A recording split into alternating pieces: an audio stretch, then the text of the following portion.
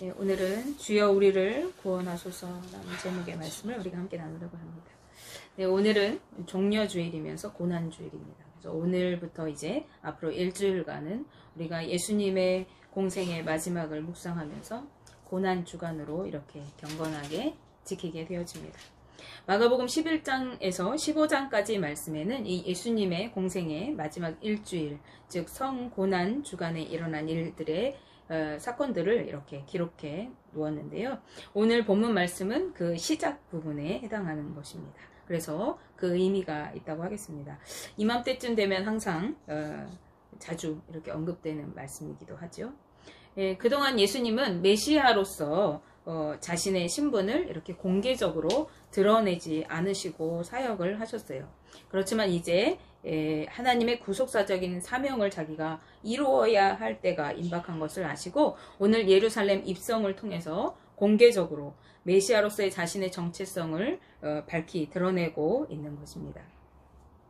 그러한 이 본문의 말씀은 10장에서부터 이어지게 되어지는데요. 한글 번역에는 누락되어 있지만 헬라어 원문에는 시작이 그리고라고 이렇게 접속사를 두고서 앞부분하고 연결되고 있는 내용으로 이렇게 기록되고 있습니다.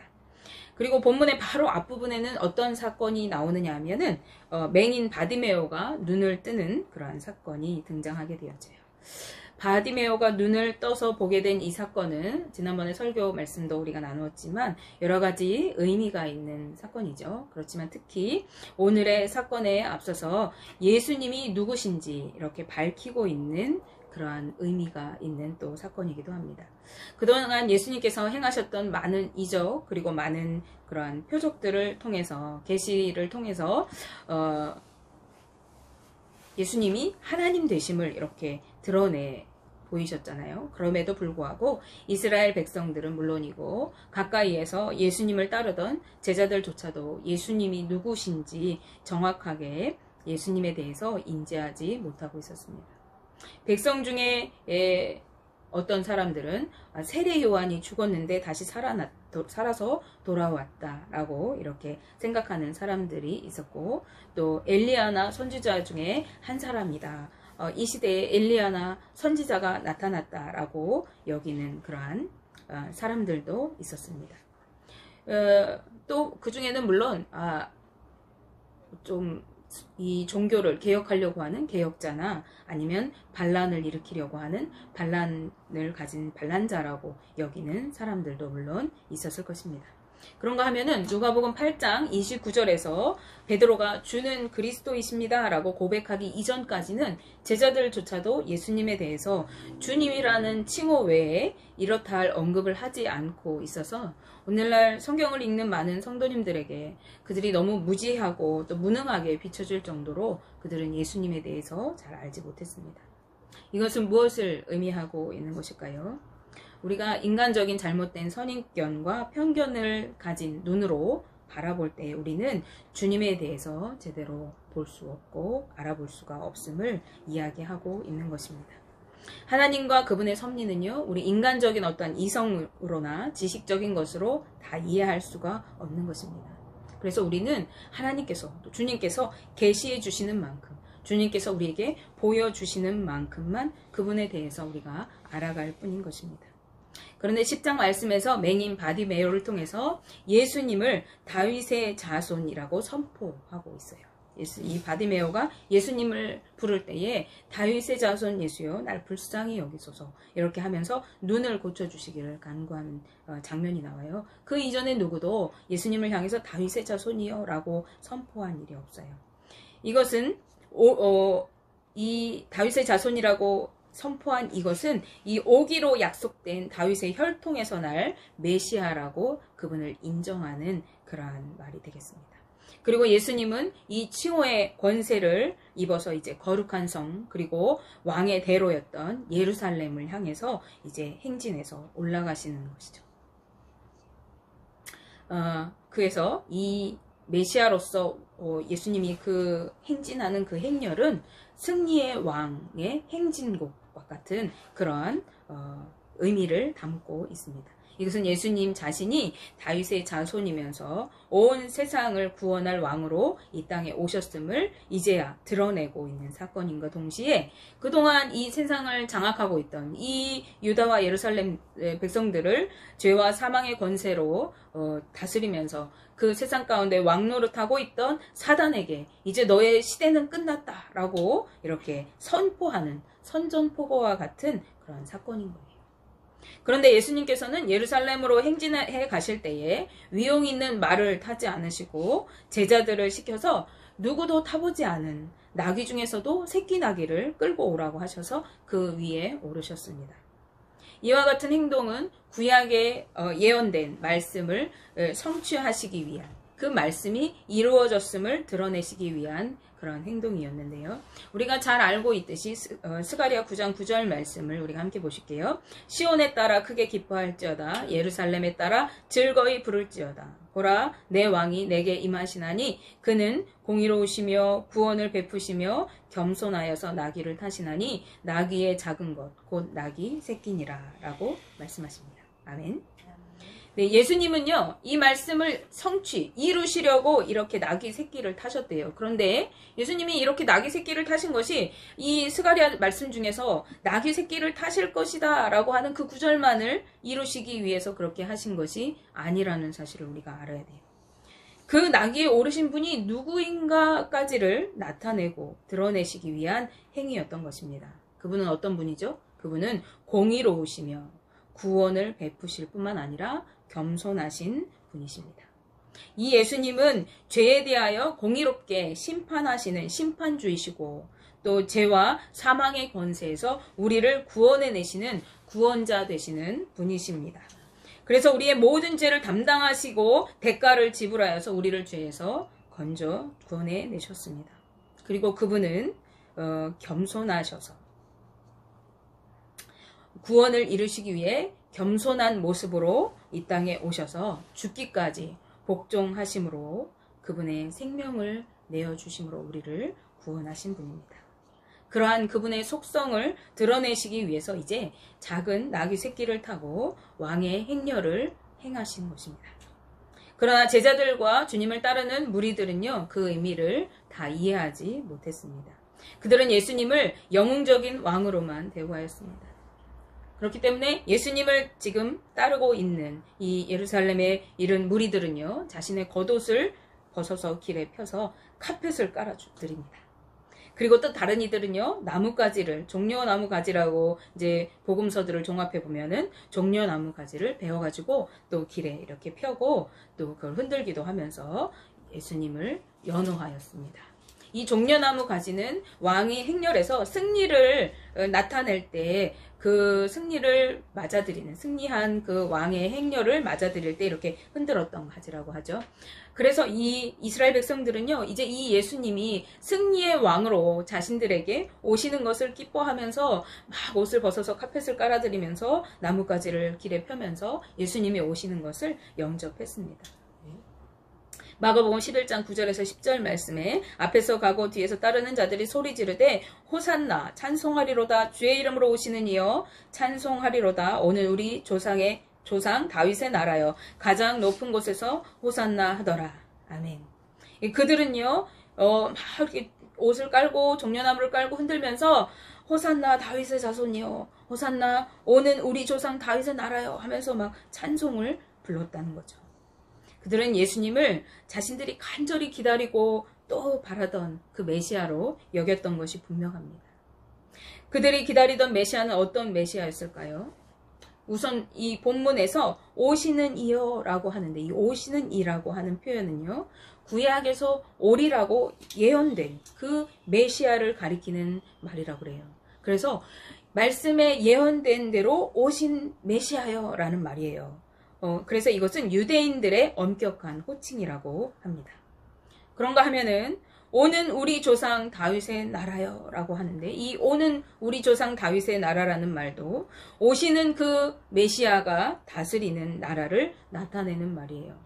오늘 우리 조상 다윗의 나라라는 말을 통해서 우리가 알 수 있듯이 이 무리들은 예수님을 다윗의 혈통을 이을 계승자로 인정하면서 그분을 환영하고 있습니다.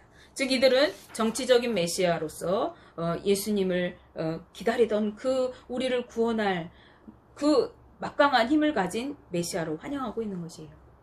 이스라엘 백성들에게 다윗은 어떤 의미가 있는 사람입니까? 이 다윗이라는 사람은 이스라엘의 역대 2대 왕이었죠. 두 번째 왕입니다. 이스라엘을 한 나라로 세우는 기틀을 마련했고 또 주변국들을 다 통일을 이루어서 부국 강국을 이루었던, 그래서 명성을 떨쳤던 그러한 위대한 왕입니다. 그래서 그 다윗의 그 부와 명예와 그 권력이 다윗 아들 때인 솔로몬에게까지 이르러서 더 아주 전성기를 이루고 태평성대를 누리도록 하였던 그런 왕이에요. 그야말로 이스라엘 백성들에게는 다시 없을 영웅 같은 인물이 바로 이 다윗이라는 인물입니다. 그런데 이제 솔로몬 왕의 임기 말년부터 그 권력이 이제 점점 쇠퇴하면서 예수님 시대에 이르기까지 이스라엘 백성들은 어떻게 살았어요? 이제 더 이상 그 다윗이 이루었던 그 명성, 그 부강한 나라, 그것들을 누리지 못하고 비극의 연속이었던 세월을 보내게 됩니다. 나라가 둘로 갈라지고 또 외세 침략으로 성이 무너지고 백성들이 포로로 여기저기 끌려가서 뿔뿔이 흩어져 살게 되고요. 급기야 나라가 완전히 멸망하게 되어져서 바벨론에서 종살이를 70년 동안이나 하게 되어집니다. 우리 30년, 36년 역사 일본에서 포로 생활, 식민지 생활하면서 막 우리 힘들었는데 그 식민지 생활을 70년이 넘게 했던 거예요. 이스라엘 민족들이. 그런데 하나님이 약속대로 70년이 넘어가니까 이제 다시 성전이 지어지고 스룹바벨 성전이 지어지면서 회복되는가 싶었어요. 그래서 이제 다시 우리가 이전에 그 영광을 누리려나 이렇게 하고 있을 때 어떻게 돼요? 다시 로마의 식민지가 되어지고 지배를 받게 되어집니다. 그렇게 오랜 세월 이제 그 외세에 눌려서 살아가는 이 이스라엘 민족들에게 그 오랜 세월 동안 탄식과 슬픔이 가득하였을 것이에요. 그럴수록 이들이 바랐던 건 뭐죠? 구약에 예언된 그 메시아가 오시기만 하면, 그 메시아가 우리를 구원해 주시기만 하면 우리는 다시 이전의 그 영광, 그 이전의 그 자유한 삶을 누리게 될 것이다 라고 하는 것을 간절히 아주 바라게 되었던 거예요. 그것을 메시아 대망 사상이라고 합니다. 이들이 이렇게 메시아를 기다린 수많은 예언의 말씀들이 있지만 제가 오늘 찾은 말씀은요, 이사야 11장 말씀이에요. 이사야 11장 10절에서 13절 말씀에 이렇게 되어 있네요. 그날에 이새의 뿌리에서 한 싹이 나서 만민의 기치로 설 것이요 열방이 그에게로 돌아오리니 그가 거한 곳이 영화로우리라.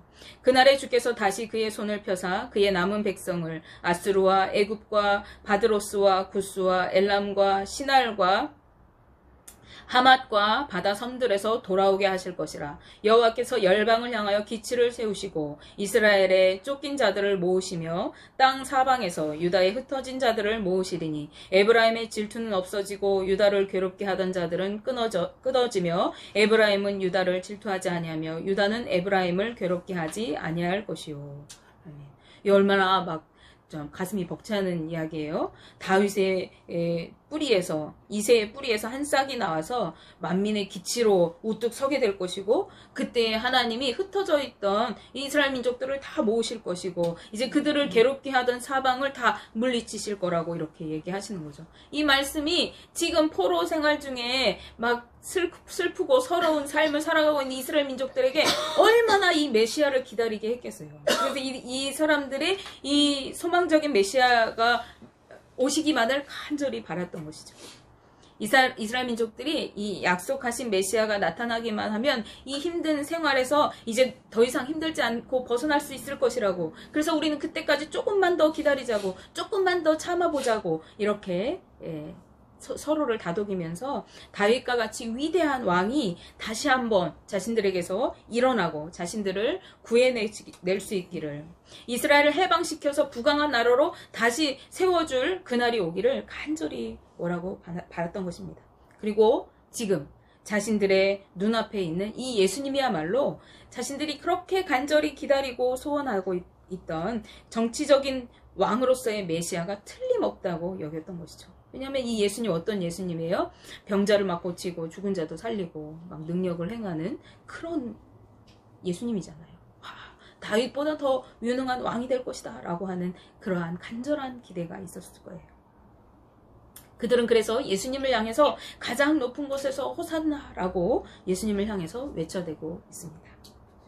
호산나라고 하는 말이 무슨 뜻이죠? 여러분들이 잘 아시는 것처럼 주여 우리를 구원하소서라는 말입니다.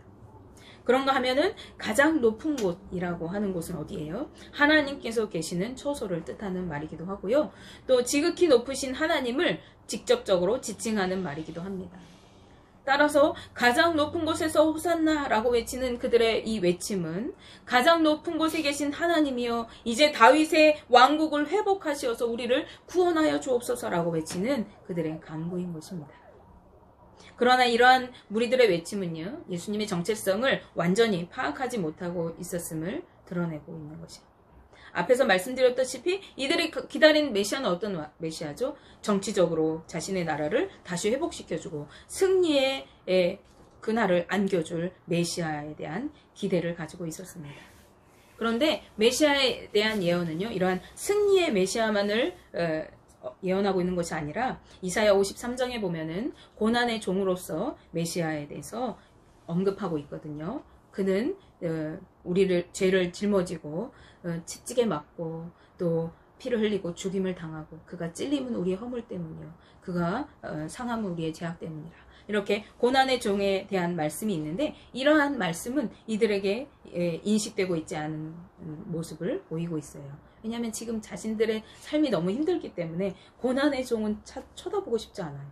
그냥 우리를 승리로 이끌어줄, 우리를 다시 세워줄 그 왕을 바라고 있는 거죠. 그런데 십자가의 순환과 부활을 빼고서는 우리는 메시아이신 예수님을 올바로 이해할 수가 없습니다. 메시아를 통한 온전한 구원을 이해할 수가 없는 것입니다. 그리고 무엇보다도 이들이 정치적인 독립과 구원보다도 앞서서 더 예수님 앞에 구해야 할 것은 그들의 영적인 회복과 구원이었습니다. 예수님께서 예루살렘에 입성하신 이후에 행하셨던 일들을 통해서 우리는 그들의 영적인 상태가 얼마나 타락하였는지 볼 수 있어요. 예수님께서 예루살렘에 가셔서 가장 먼저 했던 일이 뭐죠? 예수님이 성전을 우리 읽지 않았지만 11절을 말씀해 보면은 예수님이 성전에 먼저 올라가셔가지고 성전을 이렇게 다 둘러보세요. 그리고 그 다음날 바로 성전에 가셔서 무엇 하시냐면 성전에서 매매하는 자들, 짐승 파는 자들 다 내쫓으십니다. 돈 바꾸는 자들 상을 다 둘러엎으시고 그들 다 몰아내세요. 그리고 아무나 물건을 가지고 성전에 막 이렇게 왔다 갔다 할 수 있는 것을 용납하지 않으셨습니다. 그리고 그곳에 모인 자들을 향하여 만민이 기도하는 집이 되어야 할 이 성전을 너희가 강도의 소굴을 만들었도다. 잠시만요. 강도의 소굴을 만들었도다라고 책망하셨습니다. 이것은 무엇을 의미하고 있는 것입니까? 그들이 하나님을 예배하는 예루살렘 성전까지도 부정하게 사용하고 있었음을 의미하는 것이고 그만큼 그들이 영적으로 병들고 타락한 상태였다는 것을 나타내 주는 것입니다. 그리고 이러한 성전 안에서의 타락은 무엇과 직결되냐면 종교 지도자들의 타락과 직결되어집니다. 즉 성전을 관장하고 예배를 주관하는 종교 지도자들이 하나님과 멀어져서 살아가게 되면서 성전 안에서 예배의 전통과 관습이 타락해버렸던 것입니다. 하나님을 예배한다는 명목은 그냥 살아있어요. 그래서 하나님을 예배한다고 성전에 나오기는 했지만 진정한 예배가 이루어지지 않았고 성전을 지키는 일, 이 성전을 잘 보존하는 일, 그리고 이 종교 지도자들이 자신들의 유익을 위하는 일, 자신들의 부를 축적하는 일을 위해서 그 성전에서 이루어지는 일들을 그렇게 이루어 갔던 거예요. 그렇게 잘못된 관행들이 이제 교회 안에 자리 잡고 그대로 행해지게 되었습니다. 오늘날 교회도 마찬가지죠. 교회가 하나님을 예배한다고 모여요. 그렇지만 그 안에서 나의 유익을 위하고 교회의 어떠한 존립을 위해서 그 예배가 행해지고 어떠한 봉사가 행해지고 어떠한 섬김이 행해진다. 그것은 변질되고 잘못된 것입니다. 그건 영적인 것이 아닌 것이죠. 예수님께서 그런 그들의 잘못을 책망하시자 이 종교 지도자들은요, 위기감을 느꼈을 것입니다. 그동안 자신들이 누려왔던 것들이 위협을 받고 있어요. 그 동물을 매매하는 자들을 통해서 이 종교 지도자들이 많은 그 이윤을 남겼거든요. 돈을 바꿀 때에도 그 이윤을 많이 남겨서 돈을 바꿨어요. 그래서 그 자신들의 부를 축적하고 성전을 아주 하나님보다 더 떠받들었어요. 그래서 성경에 보면은 유대인들이 저 성전을 바라보느냐, 저 성전이 얼마나 아름답고 견고하냐, 막 이렇게 추워 세울 때 예수님께서 저 성전 돌 하나도 돌에 남지 않고 무너질 것이다. 내가 사흘 만에 다시 일으키겠다. 이렇게 말씀하시죠. 근데 성전을 비방하고 이 성전의 제도를 이렇게 공격하니까요. 이제 예수님을 계속해서 이 종교 지도자들이 공격하고 또 죽이려고 합니다. 마가복음 11장 27절에서 12장 37절까지 말씀에는요, 예수님을 끊임없이 공격하는 유대 종교 지도자들, 그리고 그들과 논쟁하시는 예수님의 모습이 계속해서 그려지고 있어요. 그런데 이렇게 예수님과 종교 지도자들의 이 충돌은 인간적인 종교 지도자들의 충돌인 것처럼 보이지만 실상은 그 종교 지도자들 그 뒤 배후에 있는 사단의 세력과 예수님의 충돌입니다.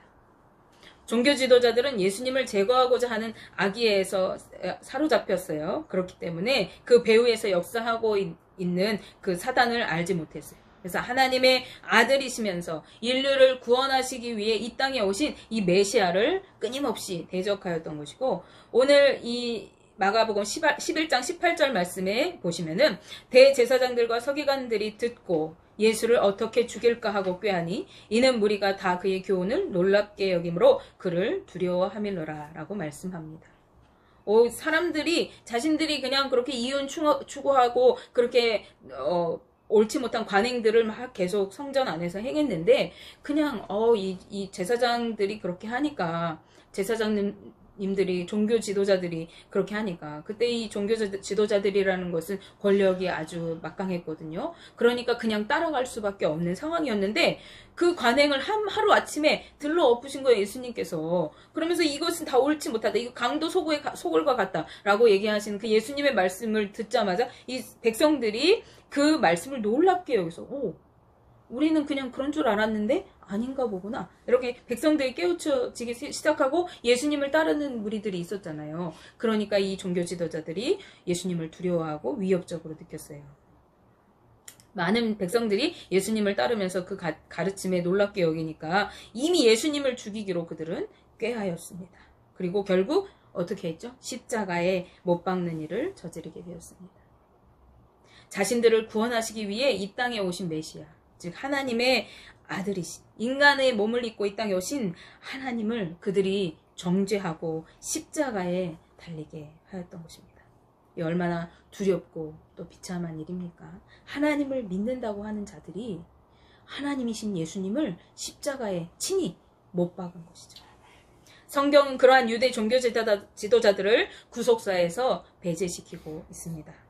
십자가에서 예수님의 운명하실 때 유대 종교 지도자들은 유대 종교 지도자들은 예수님을 향해서 혀를 끌끌 찼습니다. 네가 만일 하나님의 아들이거든, 네가 만일 메시아거든, 너 스스로를 구원해봐라 라고 조롱하기에 바빴습니다. 자신들의 죄가 드러날까봐 두려워서 예수님이 부활하신 이후에도 그 사실을 숨기기에 급급했습니다. 그러나 하나님을 믿는다고 하던 그들은 결국 끝까지 구원을 얻을 회개의 기회를 놓치고 말았던 것입니다. 그렇지만요, 예수님의 죽으심을 지켜보았던 한 백부장의 고백은 이렇습니다. 이 사람은 진실로 하나님의 아들이었도다. 아멘. 이 사람은 진실로 하나님의 아들이었도다. 하나님을 믿는다고 하나님의 성전에서 가까이서 하나님을 섬긴다고 하는 유대 종교 지도자들은 예수님을 조롱하고 예수님의 부활도 인정하지 않으려고 했지만은 그 백부장이었던 이 사람이 유대인이었는지 이방인이었는지 우리는 알지 못하죠. 그 이름도 알지 못합니다. 그러나 그 입술을 통해서 성경은 기록하고 있어요. 이 사람은 진실로 하나님의 아들이었도다. 그리고 누가복음 23장 48절 말씀에는 지켜보던 무리들도 가슴을 치며 돌아갔다라고 말씀하고 있습니다. 여러분, 우리는 하나님을 사모해야 합니다. 주님을 사모해야 합니다. 간절히 주님을 사모해야 합니다. 그러나 나의 인간적인 문제, 상황들을 위해서 주님을 사모해야 할 것이 아니라 나의 영적인 깨우침을 위해서, 내가 영적으로 깨어 있어서 주님과 멀어지지 않고 내 영혼이 병들지 않고 죄악의 길을 걷지 않도록 성령의 조명하심을 늘 사모하면서 주님의 구원을 이루는 삶을 살아가야 합니다. 하나님을 믿는다고 하고 정치적인 어떠한 메시아를 끊임없이 기다렸던 그 유대인과 바리새인들, 그 종교 지도자들, 그들은요 자신의 그 요구가 자신을 구원해 줄 것이라고 하는, 자신들을 그 로마의 속박으로부터 자유케 할 것이라고 하는 그 예수님이 그 일을 행하시지 않았어요.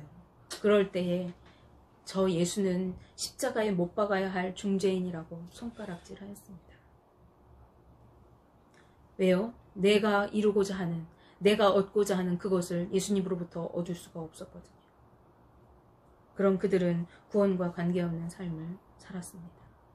호산나 나를 구원해 주옵소서라고 외쳤던 그 입술로 저 사람은 십자가에 매달아야 할, 저 사람은 죽여 마땅할 사람이다라고 정죄하였던 것입니다. 원하기는요, 우리가 주님을 간절히 사모하되 나의 어떠한 것을 이루어 주시는 주님을 사모하는 것이 아니라 나의 영혼을 주장하시고 나의 영혼을 깨어나게 늘 붙들어 주셔서 구원의 은혜를 누릴 수 있는 축복의 그 주님을 사모하고 기다리고 그 주님을 날마다 구하는 저와 우리 성도님들의 삶이 되기를 주님의 이름으로 축복하며 기도합니다.